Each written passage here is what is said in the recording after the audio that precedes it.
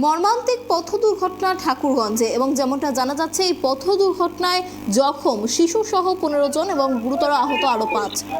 মর্মান্তিক পথ দুর্ঘটনা ঠাকুরগঞ্জ এলাকায় জানা গিয়েছে ফাঁসিদিয়ার হেলগঞ্জ থেকে বিহারের ঠাকুরগঞ্জ এলাকায় কন্যা যাত্রী যাওয়ার সময় একটি পিকআপ ভ্যান ভর্তি যাত্রী 31 নম্বর জাতীয় সড়কের উপর নিয়ন্ত্রণ হারিয়ে উল্টে যাওয়ায় গুরুতর জখম হয়েছেন 15 জন।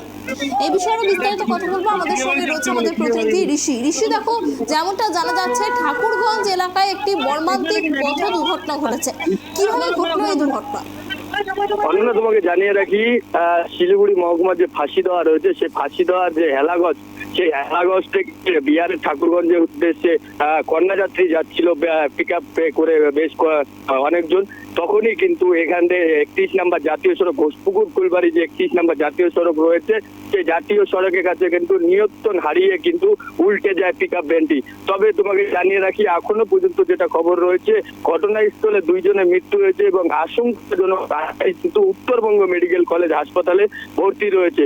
তবে এই ঘটনায় কিন্তু রীতিমতো 31 নম্বর জাতীয় সড়ক বেশ কিছুক্ষণ কিন্তু যানজটে আটকে থাকে। আরেকটি তোমাকে জানিয়ে রাখি, সেখানে পাশে থাকা যে চিপস ফ্যাক্টরি রয়েছে সেই ফ্যাক্টরির যে সিসিটিভি ফুটেজে দেখা যাচ্ছে পিক আপ ভ্যানটি দ্রুত গতিতে একটি ট্রাককে রং সাইড দিয়ে ওভারটেক করার সময় কিন্তু এই দুর্ঘটনা ঘটে।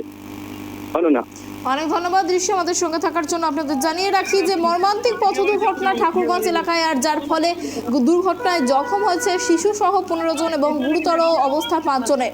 যেমনটা জানা যাচ্ছে যে কন্যা যাত্রী যাওয়ার সময় একটি পিকআপ ভ্যান ভর্তি গাড়ি 31 নম্বর জাতীয় সড়কের উপর নিয়ন্ত্রণ হারিয়ে উল্টে যাওয়ায় গুরুতর জখম হন 15 জন এবং আশঙ্কাজনক অবস্থায় আরও 5 জনকে উত্তরবঙ্গ মেডিকেল কলেজ ও হাসপাতালে পাঠানো হয়েছে। ঘটনায় চাঞ্চল্য এলাকার জুড়ে এখনো পর্যন্ত কোনো হতাহতের খবর মেলেনি, তবে জখমদের মধ্যে কয়েকজন নাবালক এবং শিশু রয়েছে বলে জানা গিয়েছে।